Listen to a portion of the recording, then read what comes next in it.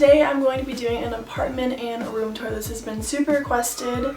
I've been in 3 different rooms over the past 3 years and I've never done an apartment or room tour since living in New York, which is crazy. So I really want to do this one because I am moving out of this apartment in a month. I currently live in Bed-Stuy in Brooklyn. It's like actually the border between East Williamsburg and Bed-Stuy. I'm in a 2-bedroom with my friend Emma. She actually just moved out yesterday, so I get to have this whole apartment to myself for the next month until I move, which is awesome. You will see in the tour I kind of rearranged the living space area and moved the couch and everything that was in the living room into Emma's room just because I want to do it by the window. So you'll see there's just an empty room in the living room where stuff used to be. As far as the rent goes, it's $2,350, I believe, so it's about $1,175 per person. I'm definitely going to be doing a moving vlog type of thing as I start looking for new places and start moving, and just show you guys the process of what it's like to move here in New York, because it's definitely pretty crazy and really different than other places.